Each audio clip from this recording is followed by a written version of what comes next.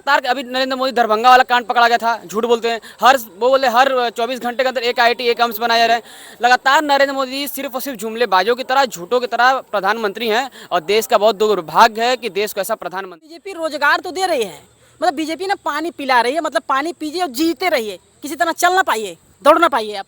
Option भी तो दे रहे हैं कि पकौड़ा बेचकर आप अपना कारोबार शुरू कर सकते हैं। भाई साहब, पकौड़ा बेचने की स्थिति ही नहीं आई है। आज के पेपर में निकला है कि 35% एक महीने के अंदर दाल के दाम और तेल के दाम बढ़ा दिए गए हैं। 35% समझ। रोजगार के नाम पे इन्होंने जुमलेबाजी की है, फॉर्म भरवाया, एग्जाम, रेलवे आज देश में रेलवे सबसे ज़्यादा वैकेंसियाँ देती है, रेलवे को इन्होंने आधा प्राइवेट। वो चाय बेचता है ट्रेन में, कभी उसी की उम्र में भीख मांगता है, कभी उसी उम्र में एनसीसी का रहता है और साथ ही साथ ये सब कार्य करते करते ग्रेजुएशन भी पास कर लेते हैं। वो क्या थे भाई, श्री राम थे कि श्री कृष्ण थे कि रावण थे, हनुमान जी? मुझे समझिए ना क्या अवतार है हनुमान जी के, नरेंद्र। पुलिस की देख लीजिए आप, 5 साल से वैकेंसियाँ नहीं आई हुई है, राज गवर्नमेंट उस पर कुछ बोल नहीं। यहाँ के युवाओं को, यहाँ के लोगों को, यहाँ के छात्रों को, नौजवानों को पकौड़ा बेचने में मजबूर मत करिए, क्योंकि आज के डेट में यही लोग पकौड़ा बेच रहे हैं तो कल जाके सदन घेरेंगे और आपका विरोध करेंगे। आप जिस कुर्सी पर बैठे हैं, जिसका अहंकार है, उस कुर्सी को उखाड़ फेंकने। गरीबों का मुद्दा उठा रहे थे, असहायों का मुद्दा उठा रहे थे, तो उनको जो है उठा के जेल में कर दिया गया। देखिए, शुरू से भाजपा सरकार जुमलेबाजों की सरकार रही है। अभी राजस्थान में एक चीज़ पाई गई है, जिस किसान का पोस्टर लगाया गया और उस पोस्टर के उसके फोटो वॉल में लिखा गया कि 19,000 लोगों का किसान नीलाम हुआ है। और जब पता चला तो पता चला किसान का, जो जिस किसान का फोटो लगाया गया, किसान को खुद कह रहा है मेरा जमीन नीलामी नहीं हुआ है, मैं 2 बीघा का मालिक हूँ, कांग्रेस सरकार मुझे इसका खेती करने के लिए पैसा देती है। ये नरेंद्र मोदी भाजपा सरकार किस तरह के बिना पूछे हमारे पोस्टर लगा। मंत्री के तौर पर तो मैं राहुल गांधी जी को एक्सेप्ट करता हूँ। इस वक्त में तो मुझे नहीं लगता है कि राहुल गांधी के अलावा कोई चेहरा है प्रधानमंत्री के लिए। राहुल गांधी इस समय बेस्ट हैं। लोकसभा इलेक्शन को 4 से 5 महीने रह गए हैं और इस बीच तरह तरह की चीज़ें सामने आ रही हैं। जहाँ एक तरफ कल राहुल गांधी का रावण का पोस्टर जारी किया गया, तो कांग्रेस ने भी मोदी का एक जुमलेबाज का पोस्टर जारी किया। तरह तरह की चीज़ें आ रही हैं, पब्लिक ओपिनियन, तरह तरह के कंटेंट सामने आ रहे हैं। इस वक्त हम बनारस के काशी विद्यापीठ में हैं और यहाँ पे हमारे साथ कुछ छात्र हैं। आइए उनसे बातचीत करते हैं कि आने वाले इलेक्शन में छात्र संघ के जो नेता हैं, यहाँ पे जो लड़के हैं, स्टूडेंट हैं, छात्र क्या सोचते हैं, क्या सरकार बदलनी चाहिए या सरकार बरकरार रहनी चाहिए। चलिए शुरू करते हैं। सर, बहुत बहुत स्वागत है आपका। सर, मेरा नाम गौरव मिश्रा है, शिक्षा संकाय प्रतिनिधि प्रत्याशी। क्या लग रहा है कि आने वाले लोकसभा इलेक्शन में सरकार बदलनी चाहिए या वही रहनी चाहिए? जी, सच पूछिए तो सरकार बदलनी चाहिए सर। वो क्यों?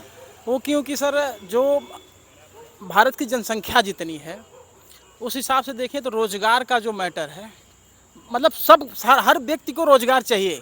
उसका हर दिन का दिनचर्या है। बीजेपी तो कह रही है हम रोजगार दे रहे हैं। नहीं, बीजेपी रोजगार तो दे रही है, मतलब बीजेपी ना पानी पिला रही है, मतलब पानी पीजिए और जीते रहिए, किसी तरह चल ना पाइए, दौड़ ना पाइए आप। तो बीजेपी वो कार्य कर रही है। रोजगार का मुद्दा है।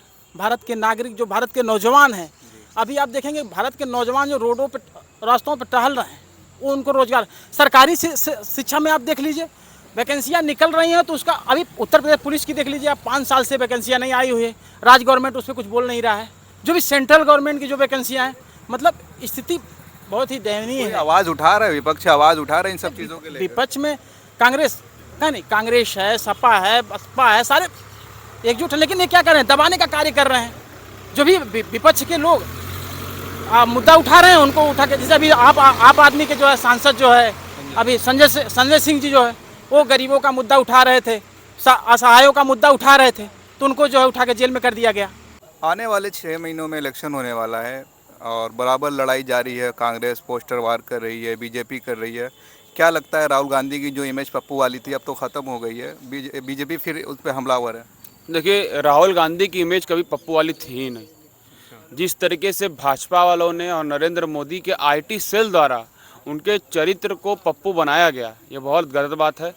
और देखिए, शुरू से भाजपा सरकार जुमलेबाजों की सरकार रही है। अभी राजस्थान में एक चीज़ पाई गई है, जिस किसान का पोस्टर लगाया गया और उस पोस्टर के उसके फोटो वॉल में लिखा गया कि 19,000 लोगों का किसान नीलाम हुआ है। और जब पता चला तो पता चला किसान का, जो जिस किसान का फोटो लगाया गया, किसान को खुद कह रहा है मेरा जमीन नीलामी नहीं हुआ है, मैं 2 बीघा का मालिक हूँ, कांग्रेस सरकार मुझे इसका खेती करने के लिए पैसा देती है। ये नरेंद्र मोदी भाजपा सरकार किस तरह के बिना पूछे हमारे पोस्टर लगा दी।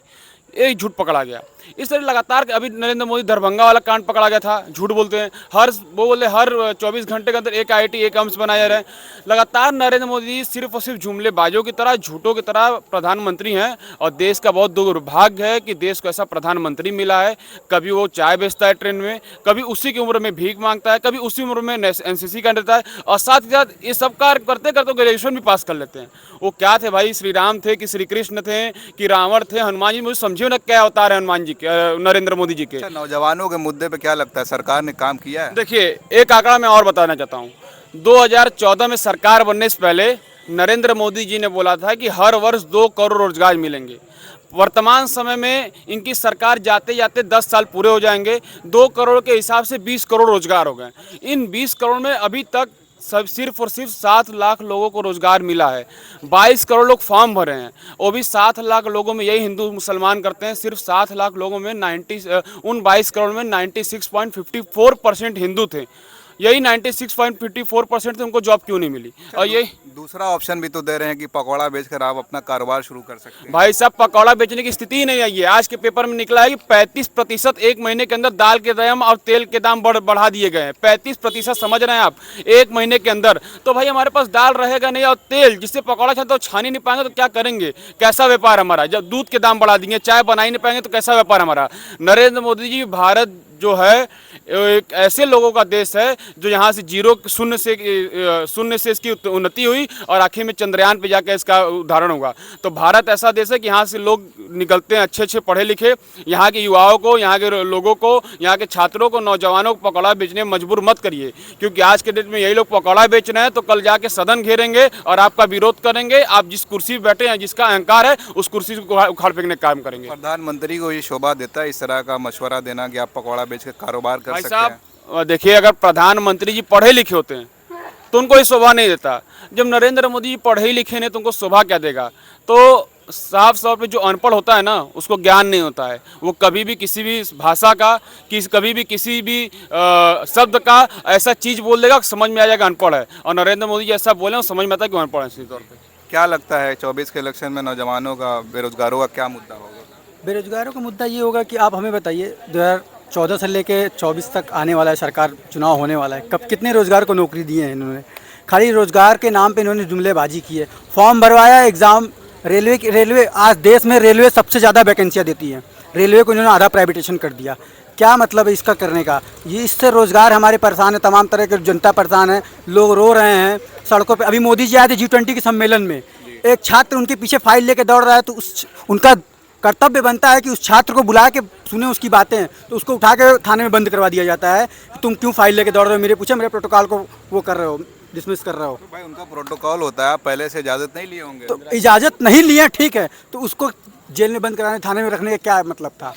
उसको रखना चाहिए, उसको लाना चाहिए, बैठाना चाहिए, बात करनी चाहिए उससे तमाम तरह की चीज़ें। उसको ऐसी इंक्वायरी की जा रही है जैसे CBI जांच पे बैठा दी जाएगी। वो एक नौजवान है, नौकरी के लिए भटक रहा है। अच्छा, फिर 24 में किसको आप देखते हैं प्रधानमंत्री के तौर पर? प्रधानमंत्री के तौर पे तो मैं राहुल गांधी जी को एक्सेप्ट करता हूँ, बिल्कुल। और भी साथी हैं, क्या लगता है राहुल गांधी को प्रधानमंत्री बनाने जा रहे हैं? हाँ, मुझे लगता है कि इंडिया जीतेगी और इंडिया जब जीतती है तो राहुल गांधी प्रधानमंत्री बनेंगे, क्योंकि दूसरा चेहरा नहीं है?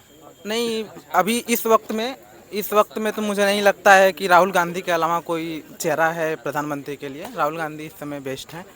छात्र जिन्होंने आने वाले लोकसभा इलेक्शन अगर अपनी बात रखी, अब देखना ये होगा कि इनकी बात आगे पहुंचती है नहीं। अगर आप हमारी वीडियो को देख रहे हैं तो वीडियो में कमेंट करें और ज़्यादा से ज़्यादा वीडियो को शेयर करें। आप देख रहे थे खोज खबरिया, बहुत बहुत शुक्रिया।